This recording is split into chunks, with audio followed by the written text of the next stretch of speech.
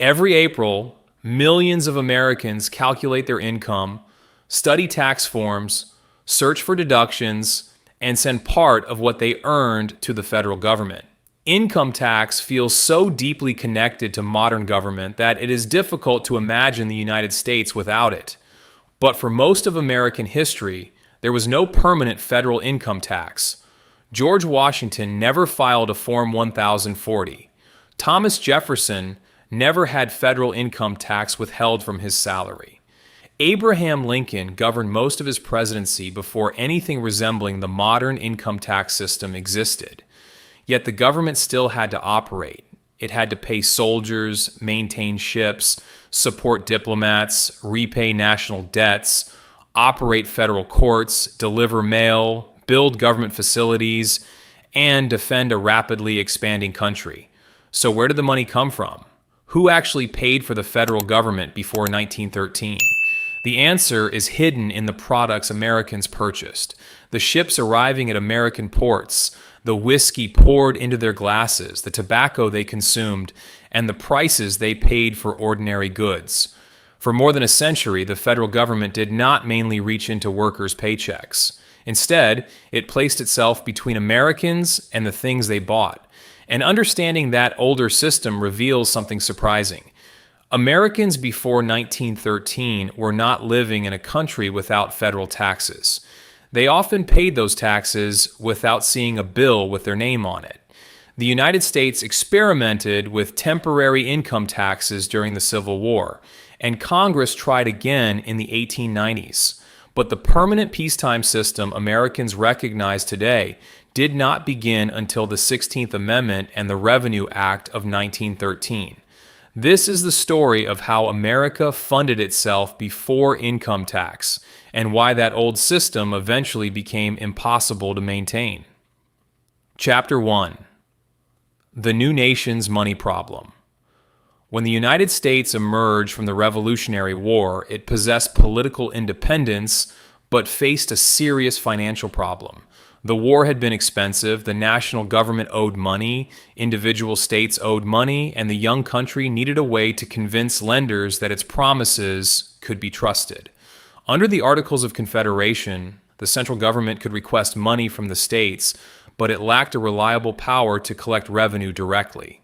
Imagine trying to operate a country by sending letters to 13 different governments asking each one to contribute voluntarily. Some states paid, others delayed, some disputed how much they owed. The result was a national government that had responsibilities but lacked a dependable source of money. The Constitution changed that. It gave Congress broad authority to collect taxes, duties, and excises. Revenue bills would begin in the House of Representatives, placing the power to raise money in the part of Congress most directly connected to voters. But having the legal power to tax did not automatically answer the political question: what should the government tax? The memory of British taxation remained fresh. Americans had fought a revolution, partly over a government imposing taxes without colonial representation. The new federal government therefore needed revenue, but it also needed to avoid appearing like another distant authority reaching into every home.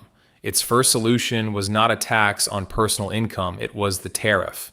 In the earliest Congresses, tariffs became the main tool used to generate enough money for the federal government to operate. The first federal appropriations law authorized only about $639,000, illustrating how limited the early national government was compared with the institution that exists today.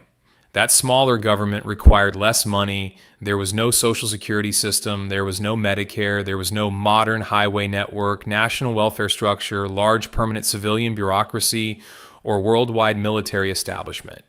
The federal government had important duties, but its responsibilities were much narrower. That difference in size is the first key to understanding how America survived without a permanent income tax. It did not need to collect modern amounts of revenue because it was not yet attempting to perform modern amounts of work. Chapter 2. The Tax Collector at the Port.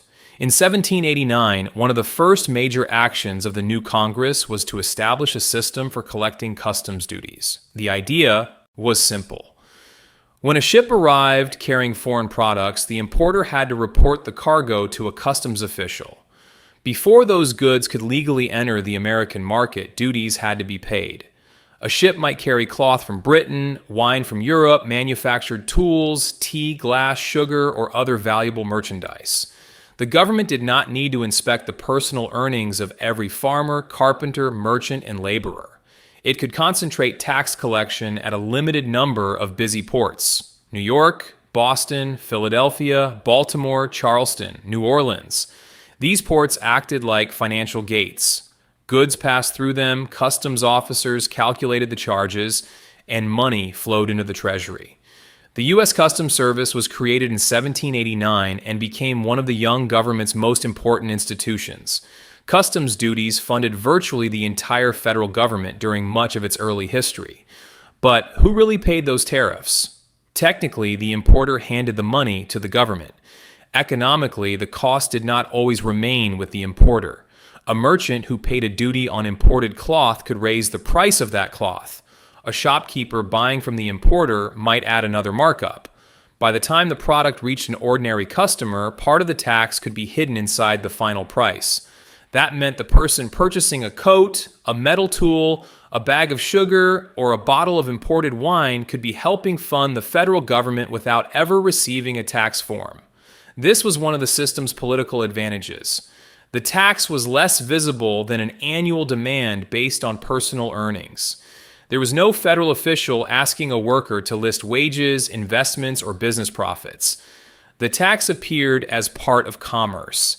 Yet that invisibility did not mean the burden disappeared. Consumers paid higher prices. Importers faced reduced profits or reduced demand. Businesses had to decide whether to absorb the cost or transfer it to customers. The government collected its money at the border, but the economic burden spread throughout the country. Chapter 3. Tariffs did two jobs at once. Tariffs were attractive to lawmakers because they could accomplish two different goals. First, they raised revenue. Second, they protected American manufacturers from foreign competition. Suppose a British factory could manufacture cloth more cheaply than a young American mill. Without a tariff, imported British cloth might enter the country at a lower price and dominate the market.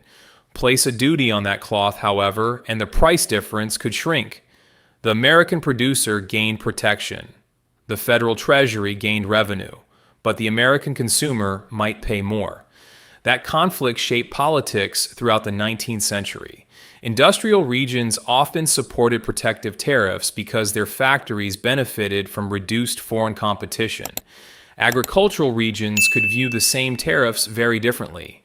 Farmers who exported crops feared foreign retaliation, while families purchasing manufactured goods faced higher prices.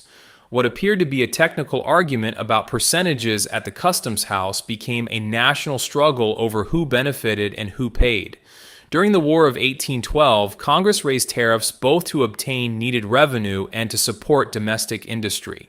By the 1830s, tariff policy had become part of a larger sectional conflict involving northern manufacturing, southern exports, and the power of the federal government. This exposes an important weakness in the old revenue system. The amount of money the government collected depended heavily on trade. When imports were strong, customs revenue could be strong. When trade declined because of war, recession, embargo, or international disruption, revenue could fall precisely when the government needed money most. A tariff also created a difficult balancing act. Set the rate too low, and each imported product contributed less to the treasury. Set it too high, and imports might decline because foreign products became too expensive. If imports declined too far, the government could collect less despite the higher rate. Lawmakers therefore debated whether tariffs should exist mainly to raise money or mainly to protect industry. Those goals were not always compatible. For decades, however, the system worked well enough because international trade continued, the federal government remained relatively limited, and customs officers could collect large amounts of money at a manageable number of ports. But tariffs were not the only taxes Americans paid. The federal government also discovered that certain products could become extremely valuable sources of revenue. Chapter 4. Taxing. What people consumed. An excise tax is imposed on a particular product, activity, or transaction. Instead of taxing everything a person earns, the government taxes something that person purchases or a business produces. Alcohol was especially useful. It was widely consumed, commercially valuable, and relatively easy to identify. Tobacco later became another major source of federal revenue.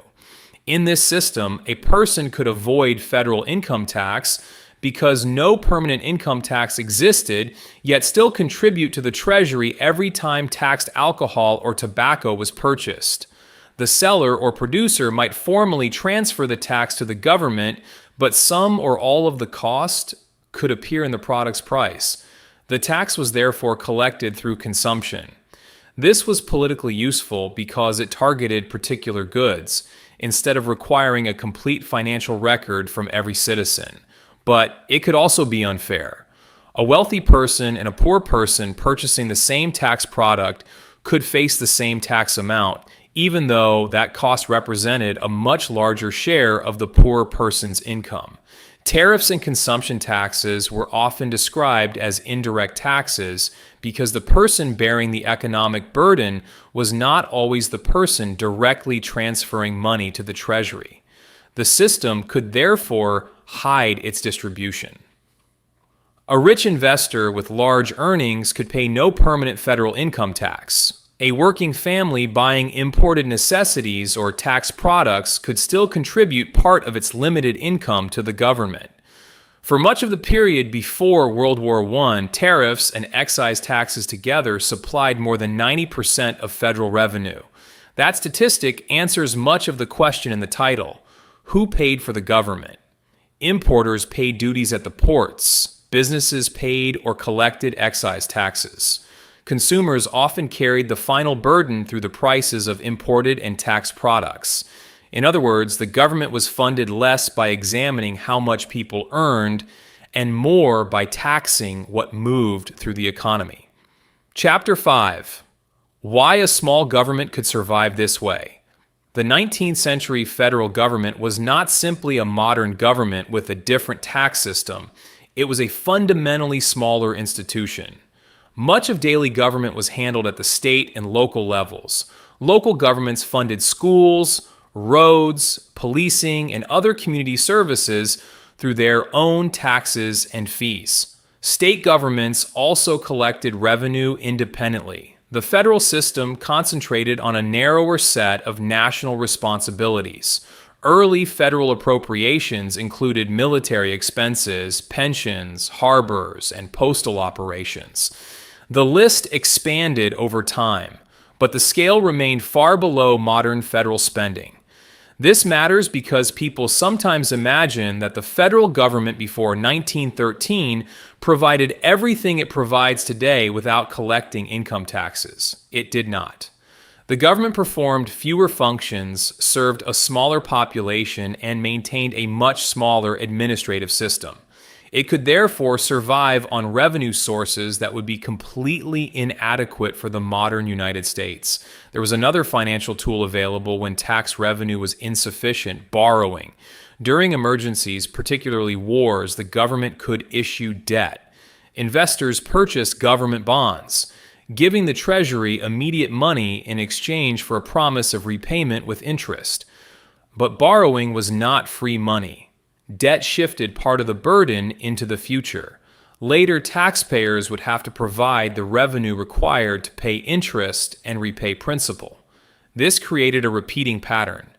During normal periods, tariffs and excises supported government operations. During wars, spending rose suddenly. Congress increased tariffs, introduced new internal taxes, borrowed money, or used some combination of all three. The War of 1812 tested that structure. The Civil War nearly broke it. The enormous cost of preserving the Union required a level of revenue the traditional system could not provide. And for the first time, the federal government began looking seriously at the incomes of individual Americans. Chapter 6. The Civil War changed the question. When the Civil War began in 1861, The federal government confronted expenses on a scale it had never experienced. Armies had to be recruited, armed, clothed, transported, housed, and fed. Weapons had to be manufactured. Railroads and supply systems had to be coordinated. Wounded soldiers required care. Ships had to blockade Confederate ports.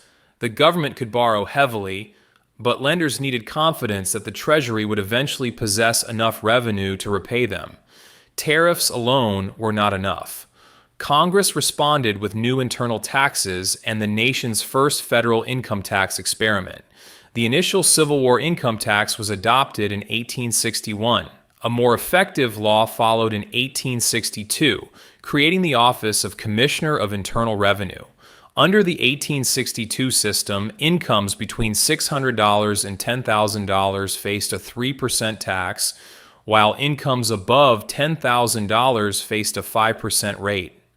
For the first time, the federal government was building an administrative structure capable of examining personal income on a significant scale.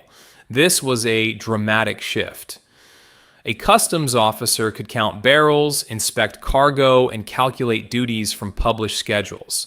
An income tax required different information. What did a person earn? Which expenses could be deducted? How should business income be calculated? What counted as income? How could the government verify private financial statements?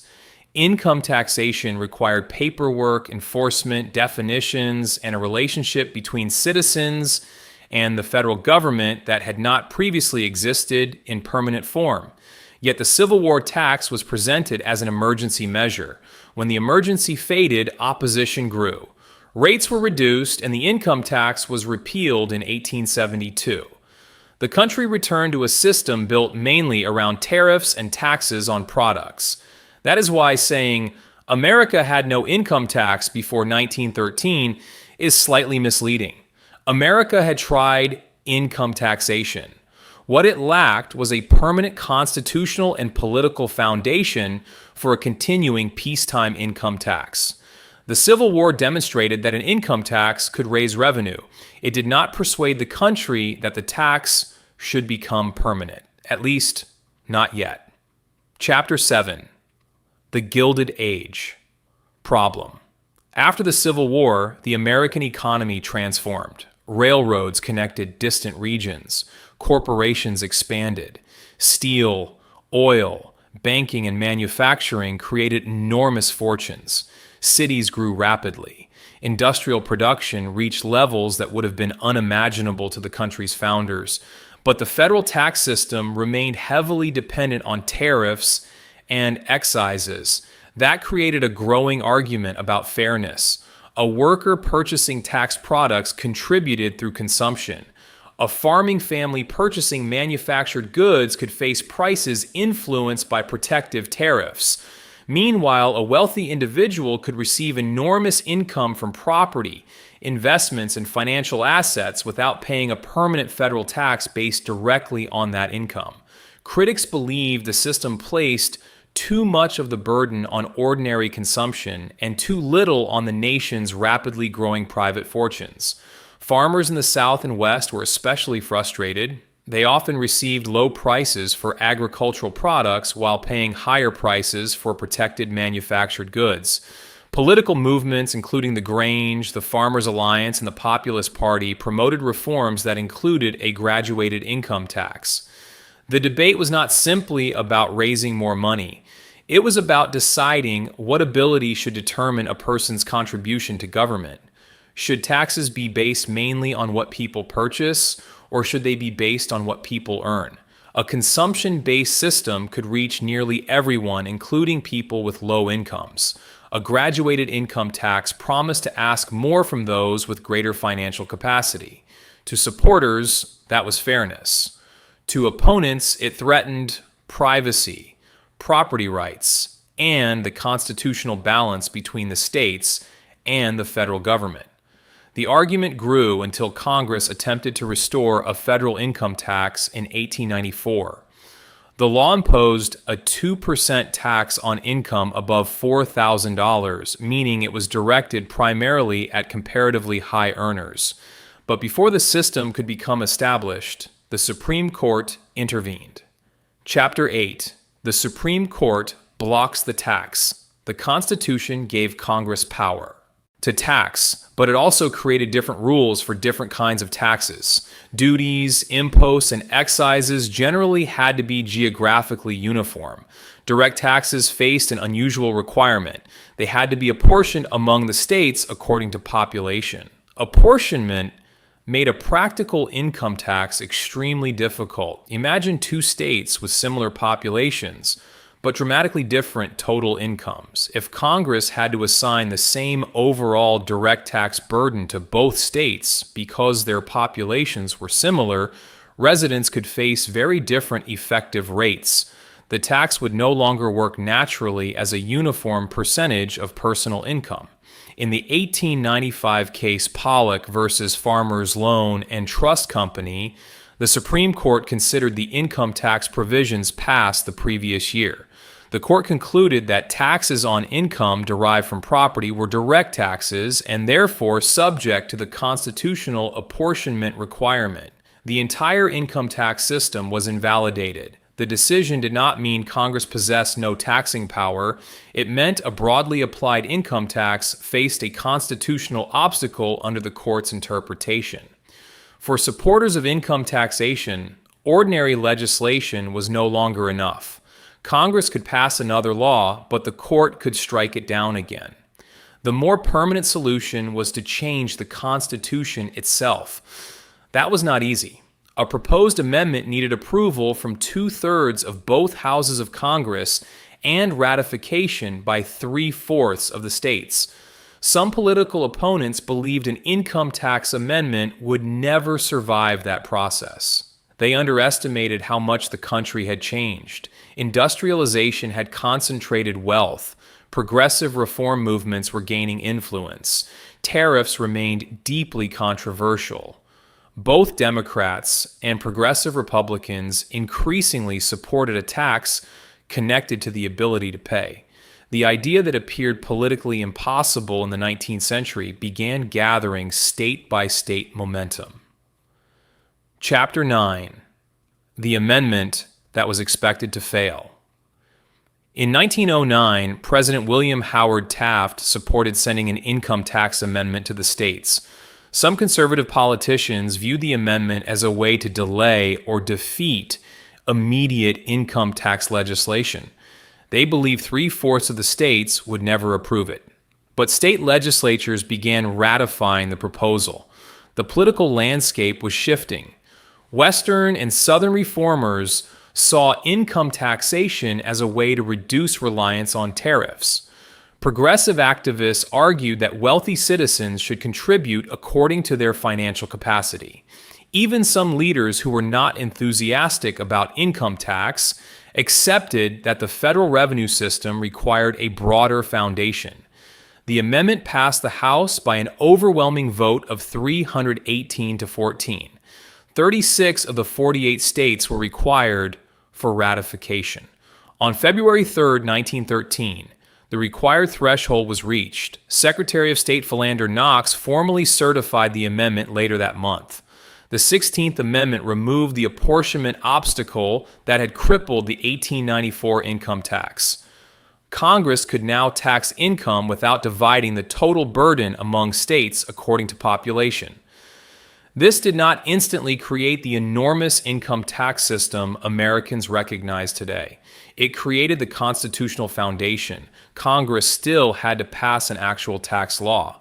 Later in 1913, lawmakers enacted the Underwood-Simmons Tariff Act. The law reduced many tariff rates and included a federal income tax. This connection was important. The income tax was not simply added on top of the old system.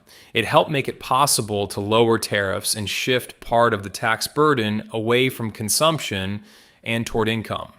America was beginning to replace the tax collector at the port with the tax form in the home and office. Chapter 10. The first modern income tax was small. The first permanent peacetime income tax looked very different from the modern system. The basic rate was 1% on net personal income above $3,000, with additional surtaxes reaching the highest incomes. An individual earning more than $500,000 could face an additional surtax of up to 6%, but generous exemptions meant that only a small share of Americans had to pay. The National Archives reports that less than 1% of the population paid federal income tax in 1913. The Senate Finance Committee describes the tax as affecting only about 2% of the workforce. For most Americans, the new tax initially remained distant. There was no automatic withholding from every paycheck. The mass income tax system associated with modern employment would develop later, especially during the World Wars. But the first Form 1040 had arrived. The original form asked taxpayers to report income and calculate allowable deductions. The Revenue Act applied to individual incomes of $3,000 and above, and the first Form 1040 was approved in October 1913. The form represented more than a new administrative document. It represented a new relationship between the individual and the national government. Under the tariff system, the federal government mainly observed goods crossing a border. Under the income tax system, it increasingly needed information about citizens' financial lives, earnings, profits, investments, deductions, business expenses. The government could now raise revenue from the expanding domestic economy even when imports declined. That would become crucial almost immediately. When World War I disrupted international trade, tariff revenue fell. At the same time, federal spending increased dramatically. The government expanded income taxes, estate taxes, corporate taxes, and war-related levies. By the end of the war, income taxes had become a central part of federal finance rather than a minor experiment. The Senate Finance Committee reports that income taxes generated 58% of federal revenue after the war, a dramatic reversal from the pre-war dependence on tariffs and excises. Chapter 11, So Who Paid Before 1913? The answer depends on what paid means. At the Customs House, importers directly paid duties to the federal government. But importers could transfer some of those costs to wholesalers, retailers, and consumers. So millions of Americans indirectly supported the government when they purchased imported products or domestic products whose prices were affected by protective tariffs. Producers and sellers transferred excise taxes on products such as alcohol and tobacco, but again, those taxes were often reflected in the price paid by the final customer. Consumers therefore carried a major part of the federal burden. During wars, investors helped finance the government by purchasing bonds, but the principal and interest on those bonds eventually had to be paid from future government revenue. High-income Americans briefly paid federal income tax during and immediately after the Civil War. Corporations faced a federal tax beginning in 1909, and after 1913, a small percentage of comparatively wealthy individuals began paying the permanent peacetime income tax. But the most important answer is simpler. Before 1913, ordinary Americans often paid for the federal government through what they consumed rather than through a direct calculation of what they earned. The tax burden was hidden in commerce. It was inside the imported coat, inside the bottle, inside the tobacco product, inside the tools, sugar, glass, and manufactured goods passing through the nation's ports. The system worked because the government was smaller, trade was taxable at concentrated entry points, and lawmakers could raise additional money through excises, borrowing, and temporary emergency taxes. But the same system became increasingly unstable as America industrialized. The economy became more domestic and more complex. Private fortunes grew. Federal responsibilities expanded. Wars became more expensive. Tariffs created regional conflict and could not provide reliable revenue when international trade collapsed. By the early 20th century, the old revenue system no longer matched the country it was trying to finance. The tax that changed the government. The 16th Amendment did not simply create another way for Washington to collect money. It removed a natural limit on how large and active the federal government could become. Tariffs were connected to the volume of imports. Excise taxes were connected to the consumption of specific products. Income tax was connected to the earning power of the entire national economy. As wages, corporate profits, and investments grew, the potential tax base grew with them. That gave the federal government access to a source of revenue far larger and more flexible than anything available at the customs house.